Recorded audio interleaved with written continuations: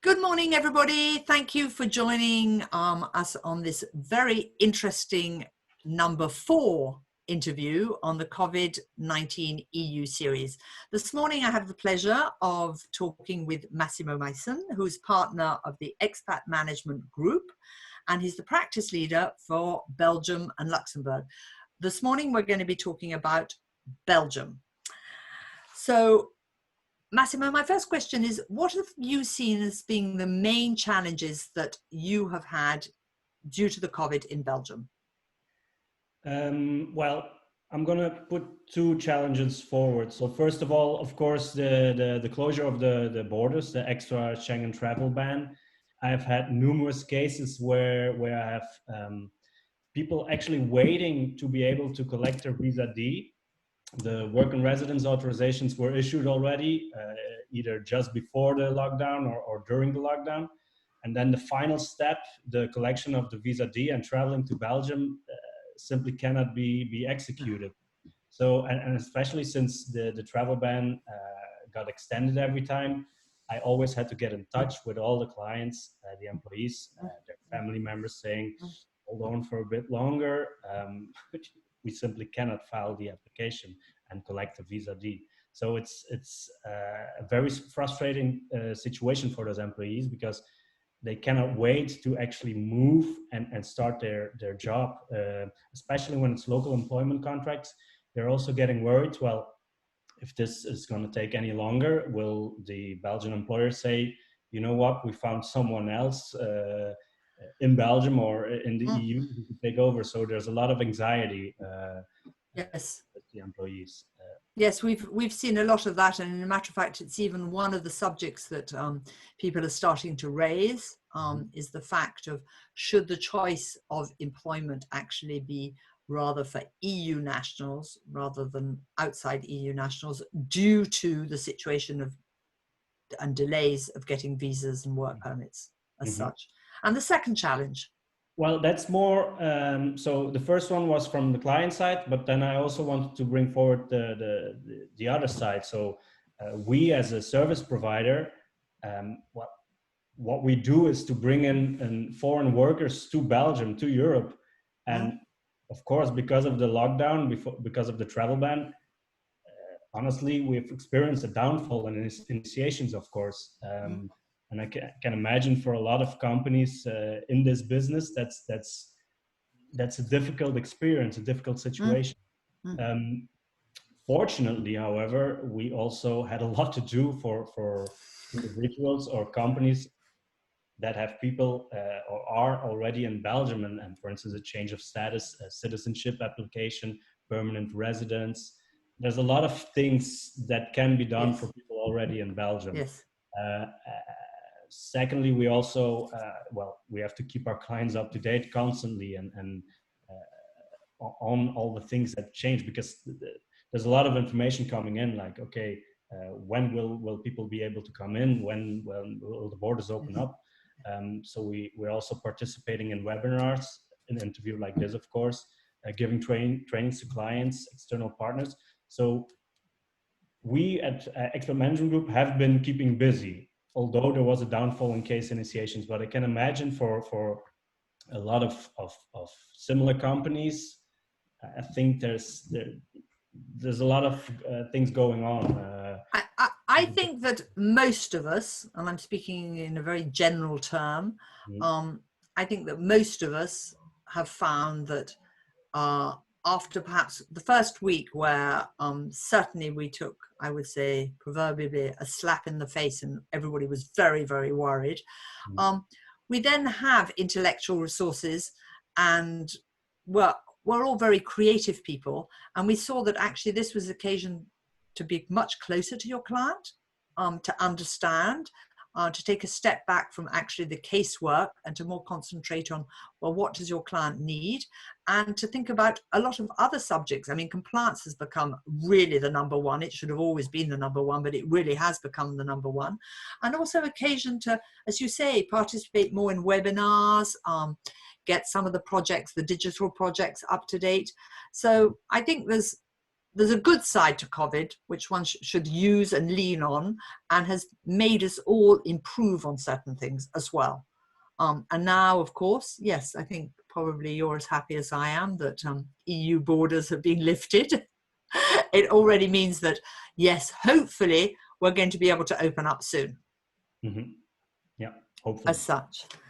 Have there been and are there continued facilities, special facilities due to the COVID that ensure that expired work permits and visas don't become or don't lead to a situation where an employee could not continue to work, even if the administration does not have the capacity today to actually process an extension? Mm-hmm.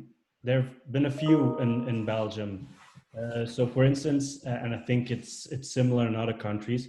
So, third country nationals who had a short stay in Belgium, so we're here with a C visa, for instance, or just on the basis of their passport, and who could not leave Belgium because of the quarantine, cancellation of a flight, closure of the border, for instance. They could request an extension of the stay with the immigration office. In principle, this extension has to be requested with the town hall where they're staying at that moment, just staying in a hotel, for instance. But it can now also be done electronically by sending an email. So, an email to the immigration department of that town hall, and if it's really urgent, you send it to the federal immigration office. And the immigration office always needs to make a decision on these matters, but they can also do that, or in these cases, they do it by email. So they send an email to the person concerned and to the town hall, confirming that the person is allowed to stay longer. And did you have a lot of those during the COVID? Yes. But I mean, the administrations were working. Yes, and I'll talk about that later on too. Okay. A lot of the officials were working from home, and apparently working from home very efficiently and fast and accurately. So that's the thing with the COVID-19 situation, and not only with regard to authorities. A lot of companies have noticed that it is possible for the employees to work at home and work efficiently. And I've noticed that with town halls, with regional authorities, with the immigration office. So it works. And it works. It definitely works. Yeah, and in that regard, COVID-19 is actually, it has shown opportunities and chances to work more efficiently as an authority, as a company. Do you see, or do you feel that Belgium is going to become, from an immigration perspective, much more digital? Although I know you're already quite digital as it is, but do you feel that it's going to be more? It's difficult. It actually brings me to another point where the authorities have changed their way of working. So the regional authorities, in light of this COVID-19 situation, have also adapted their services. For instance, if what I said earlier, that if they get an extension of stay when they were here on a C visa or basis of their passport, short stay, they could also receive an extension or a work permit to be able to work during this period of time through an accelerated procedure. And also what we've noticed in all three regions is that you can submit your applications through email. So you have to make a PDF file, put all the documents in, send it by email with a subject line saying this application, whatever. We used to have to do that through regular mail. So you already win 2 or 3 days by sending it through email. The Flanders region, in any case, was going to implement an online procedure similar to the Dutch one in the middle of this year for extensions. And then the idea was, we test it. If it works, beginning of next year, we do it for all applications. That's the Flemish region. I'm not sure after COVID-19 disappears or the situation normalizes, whether the Brussels region and the Walloon region will not simply go back to the old way of working. Ah, They never communicated on working on an online application procedure. There are talks between the regions and between the federal authorities that they want to implement such a procedure, having all authorities communicate with each other. But personally, I think that's future music. I think the Flemish region will implement this first, but I'm hoping that they at least will stick to the ability or the possibility to have to file applications by email, because I've seen. fantastic. So much easier. Yes. So much easier for everybody. Yeah, indeed. Definitely. Definitely. Now, today, have the consulates reopened abroad or Um, not yet? I've spent my days contacting them, checking their websites. Whenever I get in touch with them through email, most of the times I get automated emails back saying, no, still closed. So they currently still do not accept any visa applications, Right. unless, of Yeah. course, exceptional cases for essential travel. The Belgian embassies and consulate, they also work with visa application centers in a few Mm, countries, and these are also closed in most countries. mm, So in fact, it's a combination of the actual extra Schengen travel ban being in mm, place mm, with those exemptions, mm. and also the health situation in the country where the embassy or consulate Yes. is based. So it's also Yes. frustrating for me because my hands are tied. Yes. Yes. But the Belgian border authorities have confirmed. I've quadruple checked this, Mm, that individuals that have a D visa mm, already, but haven't been in Belgium yet, they can actually come to Belgium and start up the registration, start working. So in the beginning, it wasn't really clear whether that was allowed, but they have confirmed and reconfirmed this now, because they were also saying, always saying that someone with a visa D must be allowed entry when that person is returning home. But of course, a yes. person who hasn't been in Belgium yet is not really returning home. Mm. That's That's something that. it. That's very interesting because it's quite contradictory to what we have heard for here, Mhm. in that they would have to prove that they actually are residents. If they've been living here, fine. But if they've just been issued, they've got a fresh visa D, Yeah, no. So which makes. hopefully in the next couple of weeks, that's going to be levied. Um, today, in view of unknown circumstances, because we don't know if all countries in the world are going to be allowed to re-enter the EU or not. I think that there may be some wishes not to include countries where they've got a heavy rate of COVID right now. On the other hand, I mean, we all opened up amongst ourselves, and certainly, France, Spain, Italy has had a very high rate. So I don't see why it would necessarily be blocking other countries, but Mhm. that's something which we will see. But today, what would be your advice and suggestions for best practices to ensure that companies do have employees being able to come in? I mean, is there a method that you have seen that could be put in place?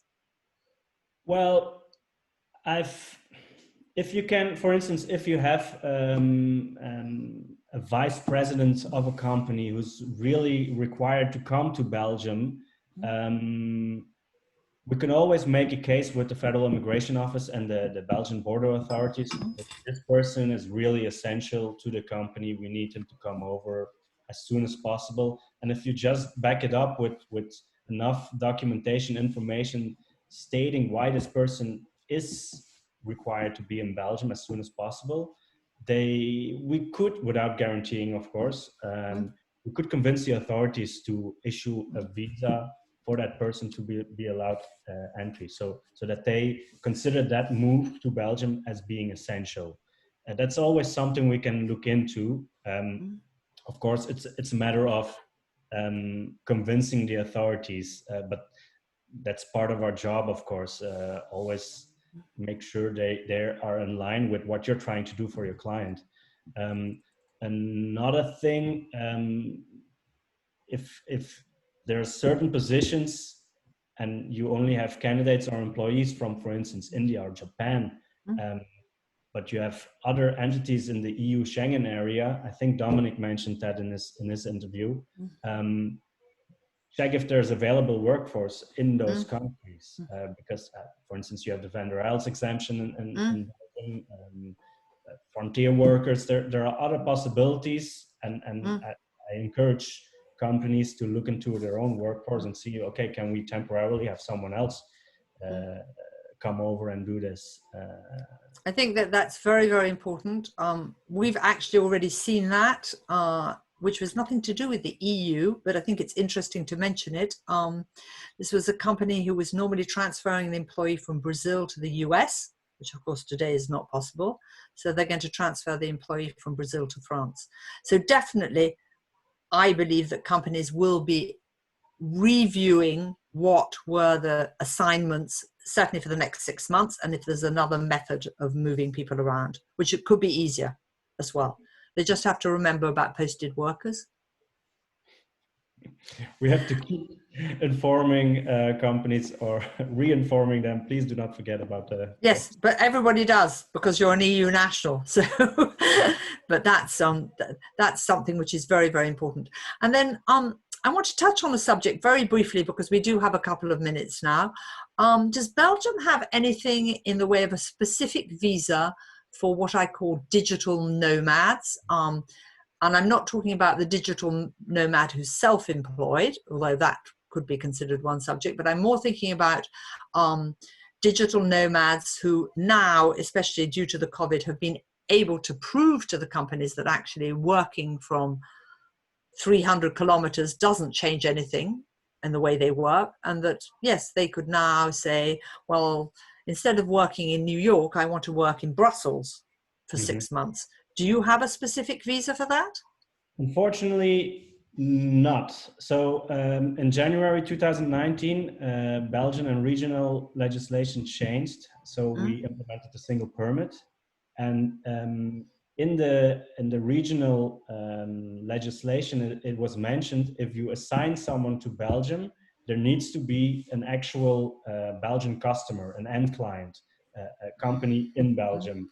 And before the change of legislation, this was not really required. So you could assign someone to Belgium while he was working at home.